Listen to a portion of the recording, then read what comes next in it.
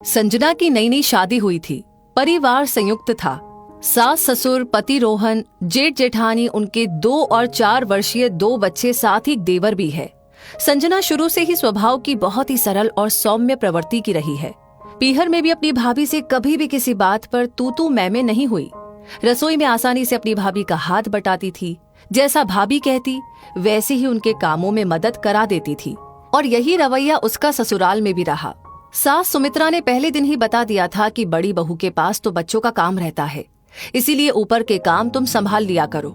संजना को इससे कोई परेशानी नहीं थी। ससुराल में नहा धोकर ही लगने का कोई झंझट तो था नहीं, इसलिए संजना उठकर पहले कपड़े धोने की मशीन लगा दिया करती थी। पहले उसमें बच्चों के कपड़े, फिर सफेद कपड़े, उसके बाद रंगीन कपड़े और आखिर में रसोई और डस्टिंग के कपड़े चलाती थी। इन सब का मशीन में बारी बारी से धोने का काम उसी का था। मशीन दूसरी मंजिल पर थी और रसोई पहली मंजिल पर, तो ऐसे में बार बार कपड़े बदलने के लिए उसे कई बार चक्कर लगाने पड़ते थे। घर में ही अनाज पीसने की मशीन लगा रखी थी, इसलिए बीच बीच में वॉशिंग मशीन से जैसे ही समय मिलता वो अनाज पीसने लग जाती। पहले ये काम घर की बड़ी बहू रेवा 7 दिन में एक बार करती थी और पूरा दिन उसी में निकाल देती थी। और उस दिन वो घर का कोई और दूसरा काम नहीं करती थी। जब से संजना आई है, सासू जी ने आदेश दिया है कि अब से रोज घर में ताजा अनाज ही पीसकर खाया करेंगे। इधर अनाज के काम से फ्री होती तो रसोई में जाकर सब्जियां धोने की जिम्मेदारी भी उसी की थी। और सर्दियों में तो ये जिम्मेदारी और भी बढ़ जाती। पालक, मेथी, बथुआ, धनिया, कितनी सारी हरी सब्जियां थी जिनको धोने में बहुत समय लग जाता था। लेकिन संजना ये काम भी बड़ी खुशी खुशी करती थी।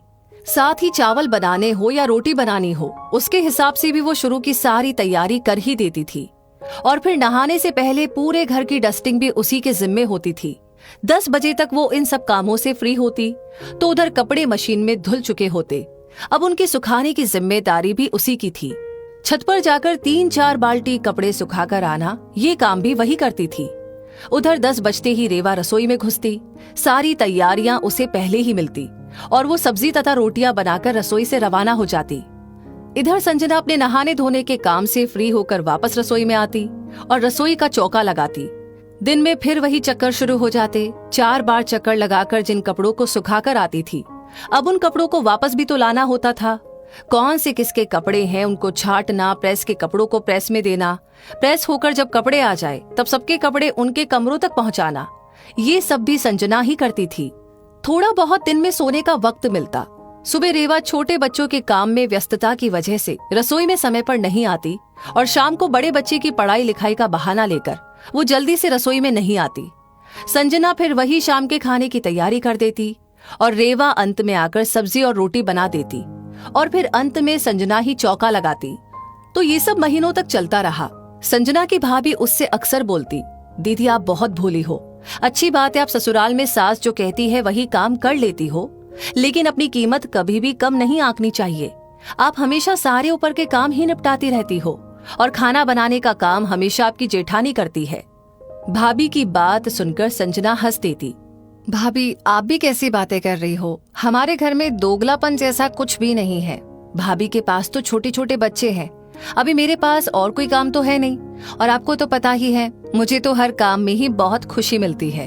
संजना से ऐसा जवाब सुनकर उसकी भाभी भी चुप हो जाती। एक दिन घर में बहुत ही खास मेहमान आए, बहुत सी तैयारियां हुई और एक बार फिर संजना ने सारी शुरुआती तैयारियां कर दी। रेवा फिर आखिरी समय पर आई और सब्जियां बनाने लगी। जैसे ही मेहमान आए तो उसने पहले से पूड़ियों के लिए बनी हुई गोलियों से गरम गरम पूरी बनाना शुरू कर दिया और मेहमान के सामने इस तरीके से प्रस्तुत होने लगी जैसे कि सारा खाना उसी ने बनाया है। संजना अभी भी रसोई के अंदर ही काम का प्रबंधन करती रही। जब मेहमानों ने दोनों बहुओं की भूरी भूरी प्रशंसा की तो सास ने बढ़कर कहा, मेरी बड़ी बहू रेवा के हाथ में तो जादू है, वो तो इतना अच्छा खाना बनाती है कि सभी उंगलियां चाटते रह जाते हैं। बहुत नसीब वाली हूँ कि मुझे रेवा जैसी बहू मिली। उन्होंने संजना के लिए एक शब्द तक नहीं बोला, जबकि रोटी सब्जी बनाने के सिवा रेवा ने और किया ही क्या था। घर के प्रत्येक कोने की साफ सफाई, डाइनिंग टेबल और कुर्सियों पर नए मैट्स लगाना, जगह जगह पर तरह तरह के फूलों से फूलदान को महकाना, सभी कमरों की चादर बदलना, बच्चे इधर उधर खेलकर जो खिलौने फैलाते रहते थे उन्हें बारी बारी से समेटते रहना, इसके साथ ही रसोई की भी सारी तैयारी करना, जैसे कि सब्जी सुधारना, धोना, आटा लगाना, कांच का डिनर सेट पहुंचकर तैयार करना, सब कुछ उसने ही तो किया था। लेकिन सास एक बार भी गलती से भी अपने मुंह पर संजना का नाम नहीं लाई। पीहर में जब उसकी भाभी को ये बात पता पड़ी तब उन्हें बहुत गुस्सा आया। उन्होंने एक बार फिर से संजना को समझाने की कोशिश की। मैं तुम्हें शुरू से कहती आई हूँ, घर में अपनी कीमत खुद बनानी पड़ती है, खास तौर पर वहाँ जहाँ पर देवरानी जेठानी साथ में हो। अभी तो केवल एक जेठानी है, बाद में तुम्हारी देवरानी भी आएगी। कब तक केवल घर के ऊपरी काम ही करती रहोगी? सास को बोलो हर बहू में काम को बराबर बराबर बांटे। संजना ने भाभी की बात को फिर से हल्का लिया। दिन ऐसे ही निकलते रहे और एक दिन संजना ने भी खुशखबरी सुना दी। लेकिन संजना की दैनिक दिनचर्या अभी भी वैसी ही थी जैसे पहले थी। संजना को अब थकान रहने लगी। पहले जैसी दौड़ भाग उससे नहीं हो पा रही थी। छत पर जाकर बार बार चक्कर लगाने में उसे खुद को चक्कर आने लग जाते। अनाज पीसते वक्त भी अब उसकी तबीयत खराब रहने लगी। जब उसने इसकी शिकायत अपने पति रोहन से की तो रोहन ने अपनी मम्मी को ये बात बताई। रोहन की बात समझने की बजाय उसकी माँ उससे ही गुस्सा हो गई। ऐसा काम ही क्या करती है संजना जो वो थक जाती है? सारा काम तो बड़ी बहू ही करती है, दोनों टाइम खाना वही तो बनाती है। संजना तो केवल ऊपर के काम संभालती है, उन कामों को करने में भला काहे की थकान? और वैसे भी संजना को तो शुरू से यही काम पसंद है। उसकी इतनी मेहनत, इतने काम का यही परिणाम। उसने सोचा भी नहीं था कि घर में इस तरीके से उसे स्थान दिया जाएगा। अपने पति और सास की बात सुनकर उसे महसूस हो गया था कि अपने लिए घर में इज्जत बनवाना रोहन की बस की बात नहीं। ये सब बातें सुनकर अब संजना से रहा नहीं गया। हर बार वो हर बात हल्के में लेती और अपनी भाभी के समझाने पर भी समझती नहीं थी। सही कहा था भाभी ने, अपनी कीमत खुद को ही बनानी पड़ती है। वो जिन कामों को अपने घर का काम समझकर करती थी, उन्हीं कामों के लिए सास कह रही है कि उसे तो यही काम करने पसंद है। मैंने खुद ही ने तो इस घर में ये तस्वीर बना ली है। लेकिन आज बात उसके होने वाले बच्चे की भी थी। आखिर उसकी थकान और उसके ऐसे शरीर का असर तो उसके बच्चे पर ही पड़ेगा। आज अगर मेरी इस घर में इज्जत नहीं होगी तो मेरे होने वाले बच्चे को भी इसी तरीके से बेइज्जत किया जाएगा। उसी समय संजना ने कुछ निर्णय लिया। अगले दिन ना उसने कपड़ों की मशीन चलाई, ना उसने अनाज पीसा और ना ही घर की साफ सफाई की। अपने कमरे में से नहाकर वो बाहर आई। पिछले दिन का पीसा हुआ थोड़ा सा आटा लिया और थोड़े चावल लेकर उसने उसी में तैयारी शुरू कर दी। सब्जी सुधारी और उसी समय सब्जी बना भी दी और ये सारी तैयारी करके वो अपने कमरे में चली गई। जब जेठानी का रसोई में आने का समय हुआ तो सारा खाना बना देखकर उसकी त्योरियां चढ़ गई। उसी समय उसने घर में हंगामा मचा दिया। रेवा की इतनी तेज आवाज सुनते ही सभी घर वाले हॉल में एकत्रित हो गए। क्या हुआ रेवा, क्यों चिल्ला रही हो सुबह सुबह इस तरीके से? देखिए ना मम्मी जी, आपकी छोटी बहू ने क्या किया है। खाना बनाकर चली गई और चौका मेरे लिए छोड़ दिया। रेवा रूठते हुए बोली। संजना, तुम्हारा तो ये काम नहीं है, तुमने आज रेवा का काम क्यों किया? और ना तो आज कपड़े धुले हैं, ना घर में डस्टिंग हुई है, ना ही आज का अनाज पीसा है। वो सारे काम कौन करेगा? मम्मी जी, अब से ये सारे काम भाभी किया करेगी। मैं तो अब रसोई में ही रोटी बनाऊंगी। रेवा कैसे कर सकती है? उसके पास तो बच्चे हैं। तो अब तो मेरे पास भी बच्चा है। बाहर नहीं तो क्या शरीर के अंदर तो पल ही रहा है। मुझसे अब 4-4 मंजिल के चक्कर नहीं लगाए जाते हैं, ना मुझसे अब अनाज पीसा जाता है। लेकिन रेवा ये सब काम करेगी तो थक नहीं जाएगी? आप ही तो कह रही थी कल कि मैं करती ही क्या हूँ। आखिर मुझे किस बात की थकान? मेरे काम में तो थकान नाम की चीज ही नहीं है। तो आपकी बड़ी बहू इन कामों को करने में क्यों थकेगी? अब से मैं रसोई में केवल और केवल रोटी सब्जी बनाऊंगी, जो रेवा भाभी इतने सालों तक करती आई है। और मेरे सारे काम रेवा भाभी के जिम्मे हैं। खाना मैंने आज का बना दिया है, चौका लगाना भाभी की जिम्मेदारी है। रात को अगर रोटी समय से बनानी हो तो मुझे आटा पीसकर दे दीजिएगा। भाभी मुन्ना के स्कूल के कपड़े आज धुले नहीं है। मशीन अब चलाएंगी तब भी शाम तक कपड़े सूखेंगे, फिर प्रेस वाले को भी देने होंगे। अच्छा होगा कि जाकर के वो मशीन भी चला ही दीजिए।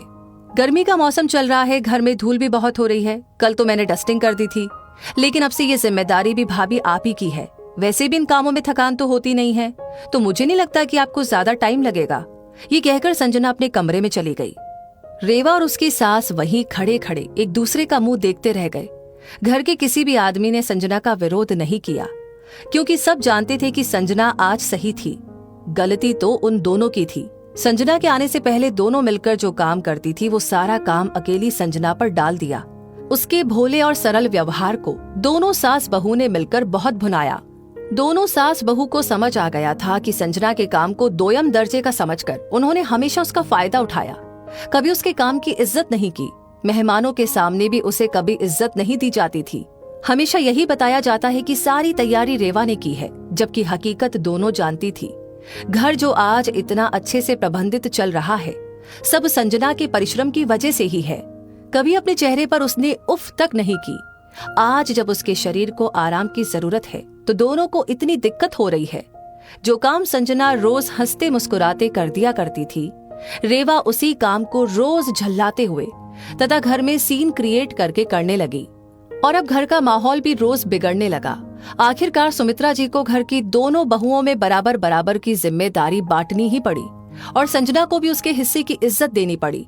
दोस्तों, अक्सर घरों में देखा गया है कि रसोई का काम करने वाली बहू को ही ज्यादा सम्मान दिया जाता है और जो बहू घर के बाकी प्रबंधन का काम करती रहती है, उसके काम का तो कोई मूल्य ही नहीं आंकता है। तो ऐसे दोगलेपन में एक बहू जहां रसोई के कार्य में पारंगत होती ही जाती है, वहीं दूसरी बहू की इज्जत घटती ही जाती है। या तो सास शुरू से ही घर की सभी बहुओं में बराबर का काम बांटे, नहीं तो फिर संजना जैसी बहू को किसी न किसी दिन अपना ऐसा अवतार दिखाना ही पड़ता है।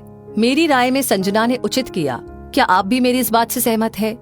अपनी राय हमें जरूर बताएं और साथ इस वीडियो को लाइक करने के साथ साथ शेयर जरूर करें। आपका हर एक लाइक, हर एक शेयर, हर एक कमेंट हमें इंस्पायर करता है ऐसी कहानियां हर बार आप तक पहुंचाने के लिए, उन पर मेहनत करने के लिए।